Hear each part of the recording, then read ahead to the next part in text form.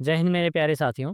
जैसा कि मैं आप सभी लोगों को बता दूं, मैंने आप सभी लोगों के लिए वाइट बोर्ड में वीडियो बहुत अच्छे तरीके से रिकॉर्ड किया था ताकि अच्छे तरीके से जानकारी आप तक पहुंचे। बट वो वीडियो बहुत ही ज़्यादा लंबा हो गया, जिसके कारण मैं फिर से रिकॉर्ड कर दे रहा हूं इस पीडीएफ में, ताकि आप तक इन्फॉर्मेशन किसी भी तरीके से पहुंचाया जा सके। तो ये मैं टोटल जो 9 क्वेश्चन पूछा जाता है 1 मार्क्स वाला, वो मैं पूरा का पूरा यहाँ पे अटेंड करने का प्रयास किया हूँ। यानी सिंपल आप ये पूरे के पूरे वीडियो को देखते हैं तो 1 मार्क्स वाला सारा क्वेश्चन अटेंड हो जाएगा, ये पूरा उम्मीद है। तो आप इसको बढ़िया तरीके से देखिए ए टू जेड, फिर आप अच्छे तरीके से 1 मार्क्स वाला सारा क्वेश्चन डील कर लीजिएगा। तो बिना टाइम वेस्ट किए चलिए शुरू करते हैं। और जो भी आगे ज़रूरत पड़ेगा, लंबा वीडियो जो बनेगा, प्रोग्रामिंग का क्वेश्चन रहेगा, मैं उसको लाइव बताने का प्रयास करूँगा। आपको नोटिस दे दिया जाएगा, आप लाइव जुड़ करके प्रॉब्लम को देख सकते हैं और अपना सॉल्यूशन पा सकते हैं। क्योंकि लंबा वीडियो हो जाता है जिसके कारण अपलोड होने में बहुत प्रॉब्लम आता है, तो लाइव आएंगे तो ज़्यादा बेटर रहेगा। तो नोटिस दे दिया जाएगा। फिलहाल अभी हम लोग इस छोटे छोटे क्वेश्चंस को देखते हैं जो 1 मार्क्स में पूछा जाएगा। बस आपको यही वीडियो देखना है, 1 मार्क्स वाला क्लियर हो जाएगा। फटाफट से देखते हैं। फर्स्ट क्वेश्चन यहाँ पे दिया गया है, when and by whom, when and by whom was C plus plus develop, मतलब कब और किसके द्वारा सी प्लस प्लस डेवलप किया गया। तो लिखा गया answer C plus plus develop by John Stroustrup in 1980। याद रखना है, सी प्लस प्लस डेवलप किया गया था जॉन स्टोस्टप के द्वारा 1980 ईस्वी में। ये बात बिल्कुल याद रखना है, बहुत इंपॉर्टेंट भी है। नेक्स्ट क्वेश्चन है, define token, the smallest unit of any program. यहाँ पे आप लिखेंगे the smallest unit of any program is called token, बस इतना लिख सकते हैं। लेकिन एक और वर्ड याद रखना है, it is also known as lexical unit. किसी भी तरीके से ऑब्जेक्टिव घुमा करके पूछ सकता है, तो आपको पता होना चाहिए कि टोकन का एक और नाम होता है लेक्सिकल यूनिट। ठीक है, इसका पीडीएफ भी मैं टेलीग्राम ग्रुप में अपलोड कर दूंगा, और साथ ही साथ जो लोग हमारे पास पढ़े हैं उसके लिए तो ग्रुप क्रिएट कर दिया गया है, तो ग्रुप में ही डाल दूंगा। ठीक है, चलिए आगे बढ़ते हैं। What is polymorphism, the ability for a message, the ability for a message to will display in more than one form is known as polymorphism. ये आपका बहुत ही इंपॉर्टेंट क्वेश्चन है, जरूर याद रखिएगा और बढ़िया तरीके से इसको लिखने का प्रयास करिएगा। आंसर बढ़िया तरीके से देना है। जितना मैंने आंसर लिखा है बिल्कुल आसान भाषा में लिखा है, तो आपको भी आंसर बिल्कुल आसान भाषा में ही रिप्रेजेंट करना है। जितना बेहतर रिजल्ट रहेगा उतना बेस्ट मार्क्स मिलेगा, है ना। चलिए आगे बढ़ते हैं। डिफाइन फंक्शन ओवरलोडिंग, लिखा गया है फंक्शन ओवरलोडिंग के बारे में। तो यहाँ पे लिखा गया है function having same name but different parameter is known as function overloading. Function having same name, सभी फंक्शन का नाम सेम रहेगा, मतलब उसका सेम नाम का रहेगा, बट डिफरेंट पैरामीटर उसका होगा, तो उसको बोला जाता है फंक्शन ओवरलोडिंग। अब यहाँ पे नेक्स्ट यहाँ पे है, व्हाट इज इनहेरिटेंस। ये भी इंपॉर्टेंट है। The capability of one class to inherit the properties in another class is known as inheritance. अब नेक्स्ट क्वेश्चन की तरफ बढ़ते हैं। नेक्स्ट क्वेश्चन यहाँ पे है, डिफाइन लिटरल या constant. Those token which never change their value during a program run is known as literal या कॉन्स्टेंट। यानी कि एक ये ऐसा टोकन है कांस्टेंट या लिटरल इसको बोलते हैं, जो कभी भी वेरिएबल के अंदर वैल्यू को चेंज नहीं होने देता है। आपको याद रखना है, लिटरल का एक और नाम कांस्टेंट होता है। क्लियर। नेक्स्ट यहाँ पे दिया गया, what is tautology and fallacy. तो if the result of truth table is always true is known as tautology, and the result of truth table is always false is known as fallacy. अगर truth table का result हमेशा true आता है तो आपका tautology कहलाएगा। If result false आता है, मतलब हमेशा फॉल्स आता है, तो उसका फैलेसी वो बोला जाएगा। नेक्स्ट आगे की तरफ बढ़ते हैं। What is min term and max term, the product of variable या लिटरल विथ और विदाउट बार। विथ और without bar product of variable को बोला जाएगा min term. The sum of literal, sum of literal with और without bar को बोला जाएगा मैक्स टर्म। याद रखना है, ये भी इंपॉर्टेंट है। आगे बढ़ते हैं। Define logic gate. Logic gate is a digital electronic circuit in which two or more than two input signal and produce only one output signal. Logic gate एक डिजिटल इलेक्ट्रॉनिक सर्किट है जो दो या दो से अधिक इनपुट सिग्नल लेता है और only one output signal produce करता है। नेक्स्ट है ट्रूथ टेबल। सिंपल सा है, the representation of possible value of variable in table is known as truth table. याद रख कर लेना है इसको बढ़िया तरीके से। नेक्स्ट क्वेश्चन है, व्हाट इज इंटरनेट। देखिए इंटरनेट या नेटवर्किंग, इसका आप याद कर सकते हैं डेफिनेशन सिर्फ नेटवर्किंग का, और इंटरनेट पूछे तो यही आप लिख सकते हैं, लेकिन अलग से आप याद करना चाहते तो कर सकते हैं। यहाँ पे अलग से मैंने लिख दिया है, internet is a global network of computers that allows people to share information and communicate with each other. Internet एक ग्लोबल नेटवर्क मतलब कंप्यूटरों का समूह है जो पीपल शेयर करने के लिए इंफॉर्मेशन आपस में जुड़े हुए रहते हैं और कम्युनिकेट करने के लिए, जिसके माध्यम से लोग जुड़े हुए रहते हैं इंफॉर्मेशन शेयर करने के लिए, वो माध्यम इंटरनेट कहलाता है। नेक्स्ट आपका क्वेश्चन है नेटवर्किंग, जो उसी को रिप्रेजेंट कर रहा है। The collection of to or more than to computer, मतलब दो या दो से अधिक कंप्यूटर जब आपस में जुड़े रहते हैं, कलेक्शन रहता है, कनेक्टेड रहते हैं एक दूसरे से, किस लिए? शेयरिंग इन्फॉर्मेशन के लिए, तो उसको बोला जाता है नेटवर्किंग, या फिर तो बोला जाता है नेटवर्क। नेक्स्ट आपका एक्सपेंड द फॉलोइंग, सिम का फुल फॉर्म याद रखना है सब्सक्राइबर आइडेंटिटी मॉड्यूल, और एचटीटीपी का फुल फॉर्म याद रखना है hyper text transfer protocol. Next यहाँ पे what will be the size of following constant. देखिए इस कांस्टेंट का साइज निकालना है, ये दोनों स्ट्रिंग कांस्टेंट है। मैंने आपको बताया था जो सिंगल कैरेक्टर और सिंगल क्वार्ट्स के अंदर बंद रहता है वो होता है कैरेक्टर कांस्टेंट, और जो मल्टीपल कैरेक्टर और डबल क्वार्ट्स के अंदर बंद रहता है वो स्ट्रिंग कांस्टेंट होता है। और string constant always end with null character, यानी स्ट्रिंग कांस्टेंट में लास्ट में नल कैरेक्टर हो या ना हो, वहाँ पे ऑलरेडी इनबिल्ड है। अगर दिख रहा है तो उसका बाइट जोड़ना होता है, अगर नहीं दिख रहा है तो भी उसका बाइट जोड़ लेना होता है। जैसे ये बैकस्लैश तो ये सिंगल कैरेक्टर है, और ये बैकस्लैश ये एक एस्केप सीक्वेंस है, तो दो हो गया। एक एक्स्ट्रा यहाँ पे है नल कैरेक्टर जो कि नहीं लिखा गया है क्योंकि ये डबल क्वार्ट्स के अंदर है, यानी स्ट्रिंग कॉन्स्टेंट है और मल्टीपल कैरेक्टर है, इसलिए इसका 3 बाइट आंसर होगा। यहाँ पे जितना है उतना पहले गिनेंगे, 1 2 3, एक डैश है तो 4 5 6 7 8, एक तो एक्स्ट्रा नल कैरेक्टर यहाँ पे रहता है जो कि दिख नहीं रहा है क्योंकि दिया नहीं गया है, लेकिन हम लोग को जोड़ना है क्योंकि स्ट्रिंग कॉन्स्टेंट है, इसलिए इसका आंसर हो जाएगा 9 बाइट। नेक्स्ट यहाँ पे है what data types to you use to represent the following items. ये जो लिखा गया है ए नंबर में क्वेश्चन बी नंबर में, इसके अनुसार आपको यहाँ पे डेटा टाइप्स लिखना है। जैसा कि क्वेश्चन है the average marks in class, average marks in class, इसमें हम समझाए थे आप सभी लोगों को, एवरेज मार्क्स यदि निकालेंगे तो पॉइंट में भी आ सकता है और बिना पॉइंट में भी आ सकता है।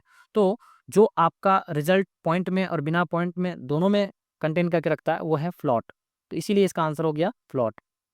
नेक्स्ट है the number of employee in या ऑर्गेनाइजेशन, एक ऑर्गेनाइजेशन में नंबर ऑफ एम्प्लॉय किसके अंतर्गत आएगा? तो इंट के अंदर आएगा, क्योंकि इंट लास्ट कहाँ तक अपने अंदर वैल्यू को रखता है? 32,767 तक, मतलब -32,768 से प्लस 32,767 तक इसका रेंज होता है। तो इसके अंतर्गत आ सकता है ये, क्योंकि एक ऑर्गेनाइजेशन में 32,000 से अधिक लोग थोड़ी काम करेंगे, उतना ही लगभग काम करेंगे, तो इसीलिए ये इंट के अंतर्गत आएगा। नेक्स्ट आपका है व्हाट इज एरे। एरे और स्ट्रक्चर दोनों बिल्कुल सेम डिफिनेशन है, सिर्फ थोड़ा सा अंतर है, ध्यान दीजिएगा। लिखा हुआ है array is a collection of variable of same data types. Array एक कलेक्शन है वेरिएबल का, लेकिन सेम डेटा टाइप्स का वेरिएबल होना चाहिए, and denoted under common name, और इसको डिनोट किया जाता है एक ही नाम से, कॉमन नाम से, है ना। नेक्स्ट यहाँ पे है structure is a collection of variable, ये भी कलेक्शन है वेरिएबल का, बट डिफरेंट डेटा टाइप्स यहाँ पे लिखा हुआ है, ऑफ डिफरेंट डेटा टाइप्स। ये था सेम डेटा टाइप्स, बट यहाँ पे स्ट्रक्चर है डिफरेंट डेटा टाइप्स का collection, and denoted under common नाम, इसको भी डिनोट किया जाता है कॉमन नाम से। नेक्स्ट यहाँ पे है define encapsulation, the process for wrapping the data member and member function in single unit is known as data encapsulation. देखिए इनकैप्सुलेशन को डेटा इनकैप्सुलेशन भी बोला जाता है, तो डेटा इनकैप्सुलेशन भी रह सकता है या इनकैप्सुलेशन, यही आपको रिजल्ट लिखना है। नेक्स्ट आगे बढ़ते हैं। नेक्स्ट है इवेलुएट द फॉलोइंग एक्सप्रेशन, इस एक्सप्रेशन को सॉल्व करने सीखना है। देखिए ये बिल्कुल सिंपल मैथ नहीं है, मैथ तरीके से नहीं सॉल्व कर देना है, इसको थोड़ा सा दिमाग लगाना पड़ेगा। जैसे कि सिंपल समझिए मैथ की तरह ही होगा, बट थोड़ा सा रिजल्ट लिखने में थोड़ा ध्यान देना होगा किस तरीके से लिखा है। जैसे यहाँ पे फर्स्ट क्वेश्चन है एफ बराबर A plus B divided by A, where A equal to 5 B बराबर 3। तो यहाँ पे देखिए F equal to A plus B divided ये लिख दिए और वैल्यू पुट कर दिया 5 + 3 डिवाइडेड 5। यहाँ पे देख सकते हैं पहले डिवाइड का काम होगा, तो 5 प्लस 0.6 बार में ये कटेगा, मतलब 0.6 आएगा, 5 से 3 डिवाइड करेंगे तो यहाँ पे टोटल आंसर आया 5.6, बट द आंसर इज 5, क्योंकि ये जो है वो पॉइंट कंटेन नहीं करता है इंटीजर। आप बोलेंगे सर इंट के विषय में तो जानकारी दिया ही नहीं गया है, इंट के विषय में बोला ही नहीं गया है, तो देखिए ये बात याद रखनी है कि अगर इंट के बारे में नहीं बोला गया या किसी चीज़ के बारे में नहीं बोला गया है, फ्लोट के बारे में या किसी के बारे में, तो आप बाय डिफॉल्ट इंट ही को ही इसको समझेंगे। तो इसी कारण से बाय डिफ़ॉल्ट ये इंट ही समझना है आप सभी लोगों को, इसलिए इसका आंसर पॉइंट में नहीं आएगा, बिना पॉइंट में आएगा। नेक्स्ट क्वेश्चन है ये प्लस प्लस ब्रैकेट के अंदर into D plus 4 where A equal to 10 D equal to 5। तो बिल्कुल सिंपल सॉल्व कर दिए। ए बराबर 10 है तो इधर 10 तो यहाँ पे कहीं लेगा नहीं, क्योंकि इधर ए है नहीं। तो यहाँ पे ये प्लस प्लस है तो पोस्टफिक्स है, तो यहाँ पे बढ़ेगा नहीं, बाद में बढ़ेगा, क्योंकि बाद में है ही नहीं तो बढ़ेगा ही नहीं। तो यहाँ पे 10 ही रहेगा, 10 इंटू 5 प्लस 4। इसके बाद कैलकुलेट कर दिए, इसका आंसर 54 बिल्कुल सिंपल आ गया। आप सिंपल इसको ज्ञात कर सकते हैं। नेक्स्ट यहाँ पे क्वेश्चन है, क्वेश्चन नंबर 20 में what are the purpose of following built in function. ये जो बिल्ट इन फंक्शन मैंने लिखा है, यहाँ से दो आपको पूछ दिया जाता है कि इनमें से बिल्ट इन फंक्शन जो है strcpy या strupr, इसके विषय में बताइए। तो strcpy का काम क्या होता है, it is use to copy one string into another string. ये एक स्ट्रिंग से डेटा कॉपी करता है और अनदर स्ट्रिंग में लेके जाता है, इसका काम यही है।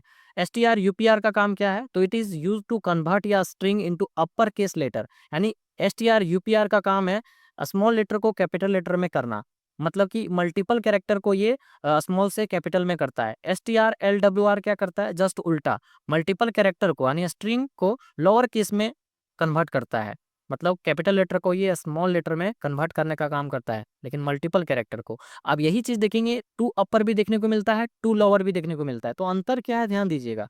अंतर यही है, टू अपर और टू लोअर का भी काम है बड़ा से छोटा, छोटा से बड़ा करना, बट सिंगल कैरेक्टर, जैसा कि आप देख सकते हैं लिखा हुआ है, it is use to convert a single character into upper case. यानी टू अपर का इस्तेमाल किया जाएगा कन्वर्ट करने के लिए सिंगल कैरेक्टर को अपर केस में, और टू लोअर का इस्तेमाल किया जाएगा कन्वर्ट करने के लिए सिंगल कैरेक्टर को लोअर केस में। ठीक है, नेक्स्ट आगे बढ़ते हैं।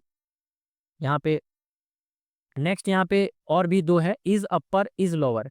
तो इज अपर का यहाँ पे लिखा गया है, it is use to check whether या कैरेक्टर इज अपर केस और नॉट। यानी इज अपर का इस्तेमाल किया जाता है चेक करने के लिए कि डेटा अपर केस में है या नहीं है। इज लोअर का इस्तेमाल किया जाता है चेक करने के लिए कि कैरेक्टर लोअर केस में है कि नहीं है, बस। तो सिमिलर टाइप का है, बट आप सभी लोग देख लीजिएगा, इसका आंसर मैंने लिखा अलग अलग, थोड़ा सा समझिएगा तो आपको समझ में आ जाएगा, बिल्कुल आसान है। नेक्स्ट आगे बढ़ते हैं।